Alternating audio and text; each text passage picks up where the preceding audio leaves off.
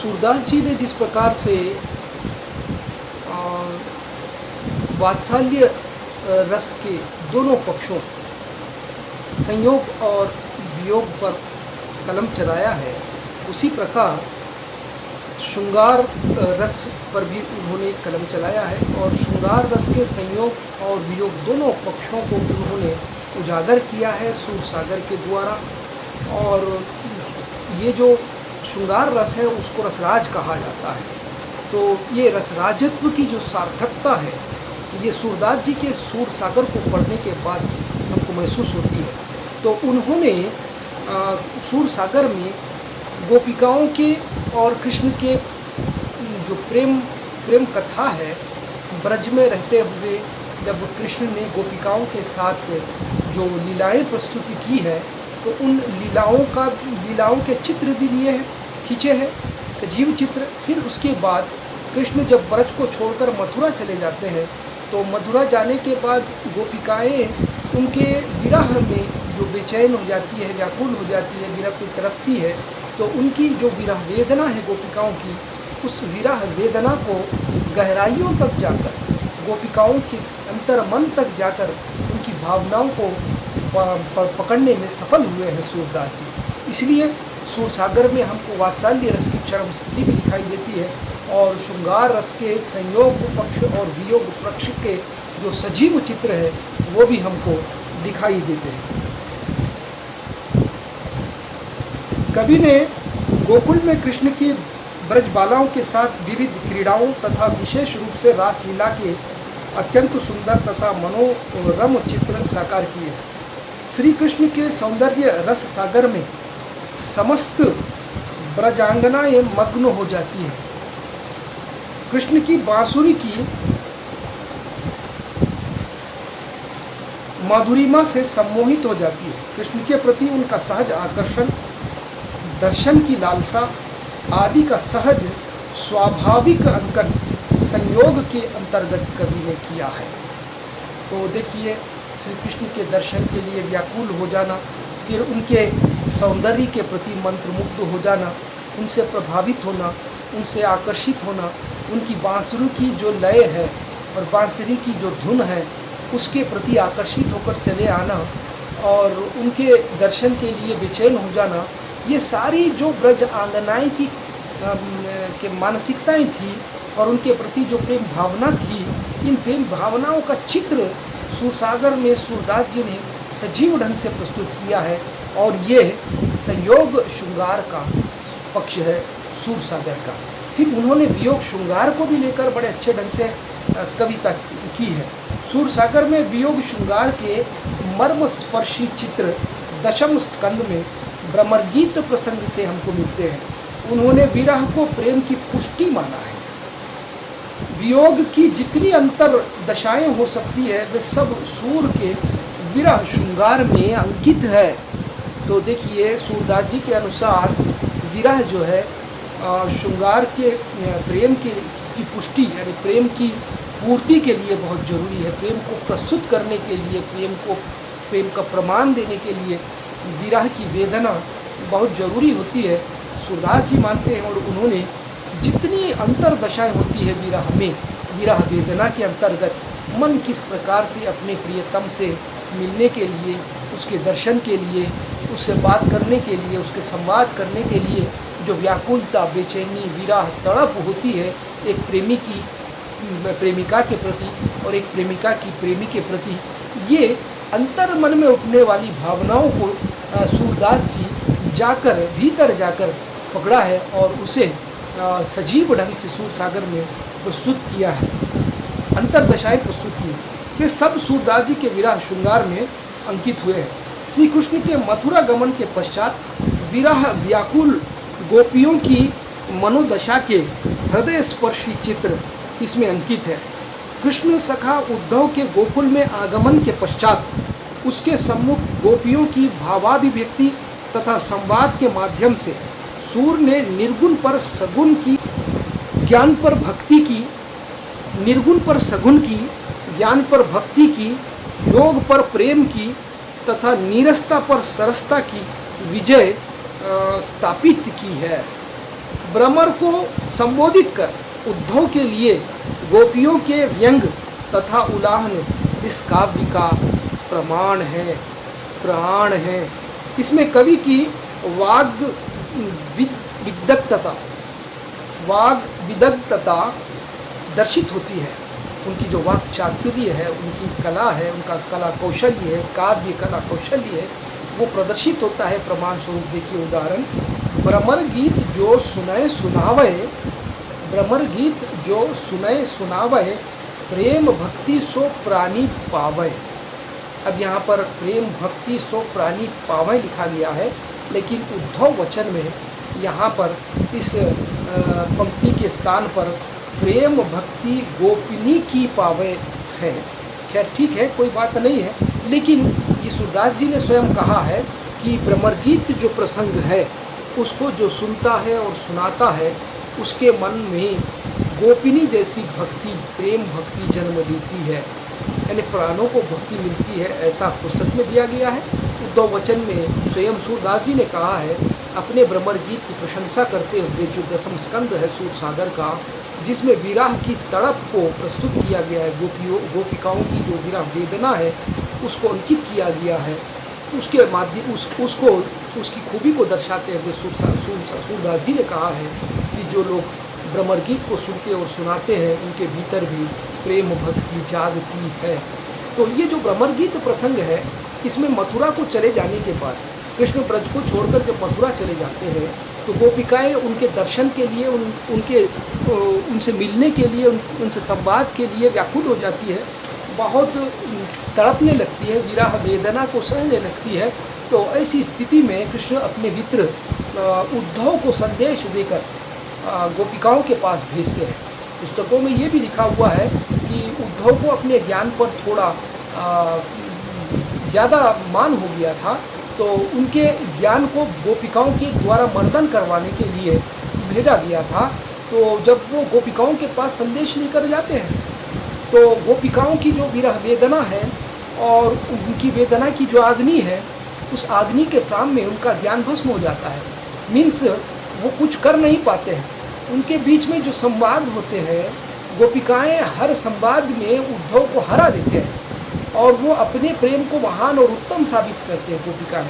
तो गोपिकाएं भ्रमर के माध्यम से अपनी बात को प्रस्तुत करते हैं, अन्योक्ति अलंकार के द्वारा भ्रमर को संबोधित करते हुए। यहाँ पर भ्रमर यानी उद्धव, भ्रमर को संबोधित करते हुए प्रेम सूरदास जी ने गोपिकाओं के माध्यम से अन्योक्ति अलंकार द्वारा भ्रमर को संबोधित करते हुए जो उनकी जो वेदनाएं हैं वो प्रकट करवाई है।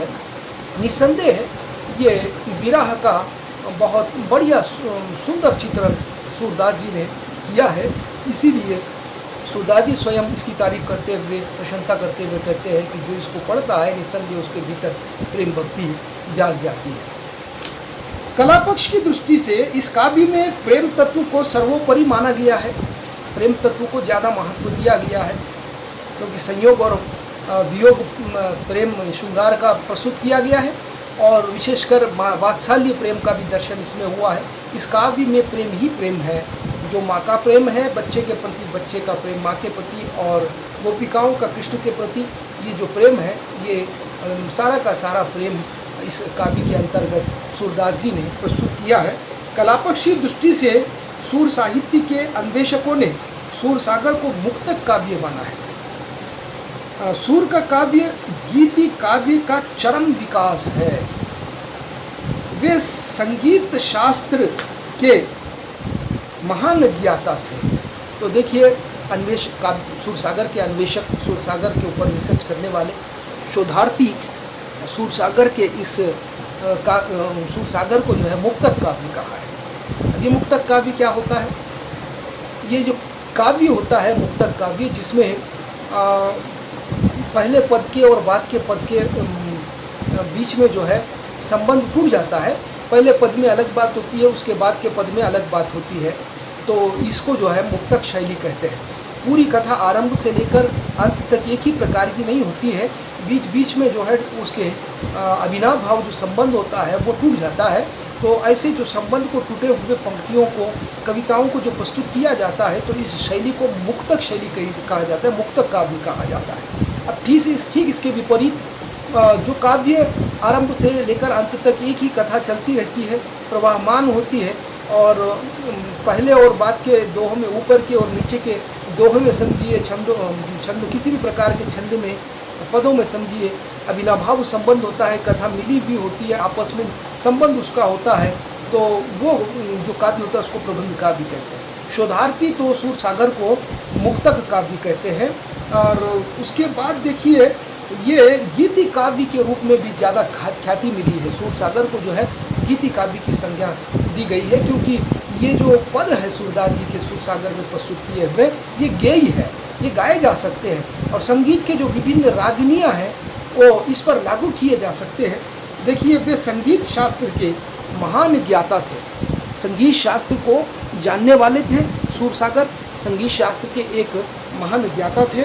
अतः सूरसागर तथा सूरसारावली में कान्हरा, केदार, भैरव और गांधार, बिलावत, मलार, सारंग, धनाक्षी, सोरठ, आसावरी आदि राग रागिनियों का सुंदर समावेश हुआ है। सूरदास जी एक अच्छे संगीत शास्त्र के ज्ञाता थे। वो मनोविज्ञान के अच्छे पारखी होने, बाल मनोविज्ञान के पारखी होने के साथ साथ, भले ही वो अंधे थे और चक्षुहीन थे, लेकिन वो एक संगीत शास्त्र के ज्ञाता भी थे। और इसीलिए उन्होंने अपने सूरसागर और सूरसारावली में संगीत शास्त्र के विभिन्न जो राग रागिनियाँ होती है, जो नाम अभी यहाँ पर गिनाए हुए हैं, ये सारे के सारे राग रागिनियों का प्रयोग अपने काव्यों में किया है। और उनके पद, उनके काव्य जो लिखे गए हैं, वो विभिन्न रागिनियों के द्वारा प्रस्तुत किए जा सकते हैं। यही कारण है कि सूरदास जी के सूरसागर को गीति काव्य भी कहा जाता है, संगीत से उसका संबंध होने के कारण। देखिए, आचार्य रामचंद्र शुक्ल ने सूरसागर को संगीत प्रेमियों के लिए बड़ा खजाना माना है। सूर का समस्त काव्य ब्रज भाषा के माधुर्य से ओतप्रोत है। उन्होंने ब्रज भाषा को साहित्यिक रूप प्रदान किया है। उनकी भाषा भावानुगामिनी, सरल, सरस, स्वाभाविक एवं सशक्त है। सूरदास जी की जो भाषा है वो ब्रज भाषा है।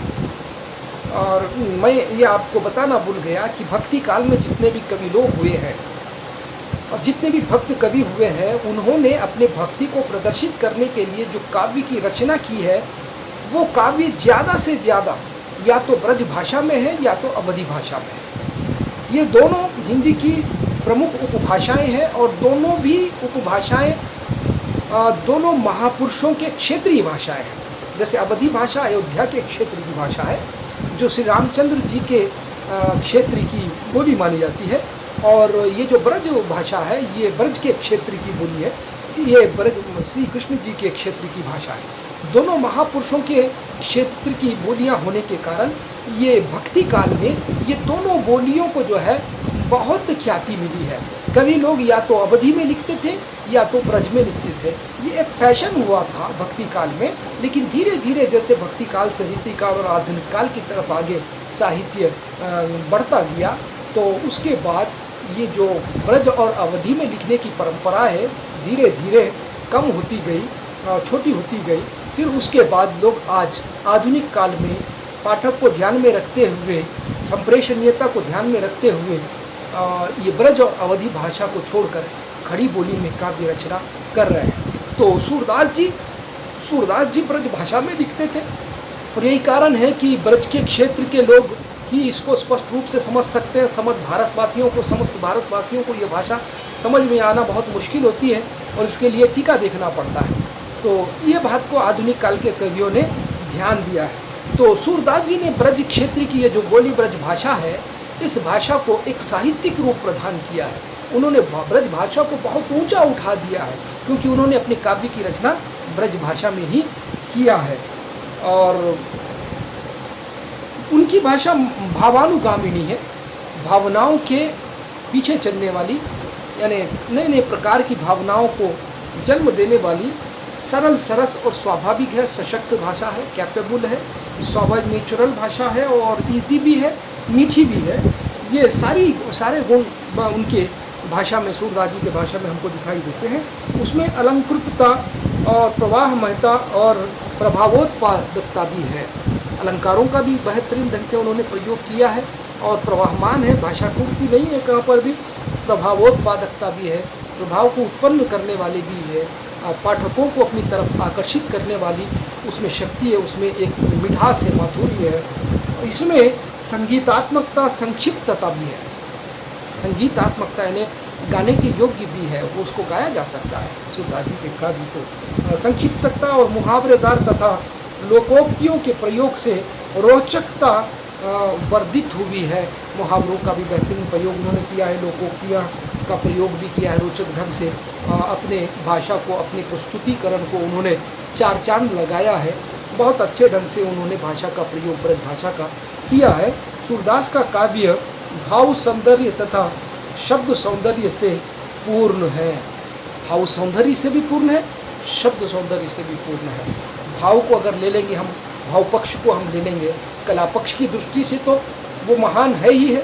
ब्रज भाषा का प्रयोग उन्होंने किया है, अलंकारों का प्रयोग किया है, संगीतात्मकता उसमें मौजूद है, विभिन्न राग रागिनियों में उनके पदों को गाया जा सकता है। कला पक्ष की दृष्टि से भी उन्होंने अपने सुर सागर को सजाया है।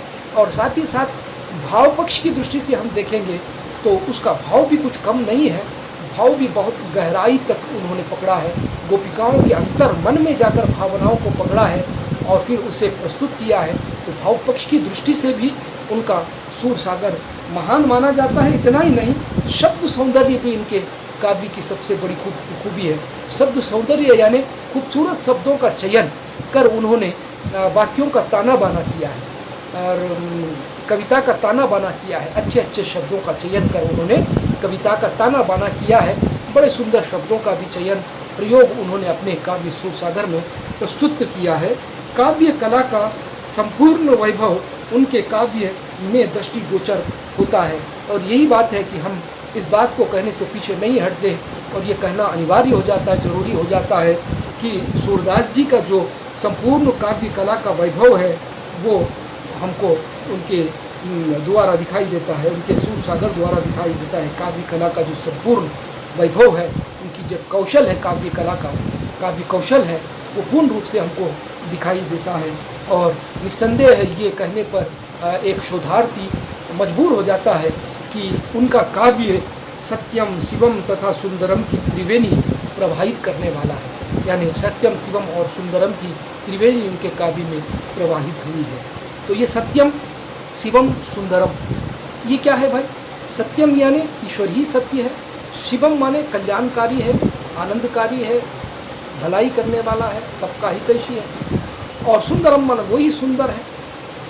इस प्रकार की भावना को इनके कविता के द्वारा हम पकड़ सकते हैं कि ईश्वर सत्य है, वो सुंदर है और वो परोपकारी है। कि जो भावना है, ये भावना की पुष्टि सूरदास जी के सूर सागर को पढ़ने के बाद होती है।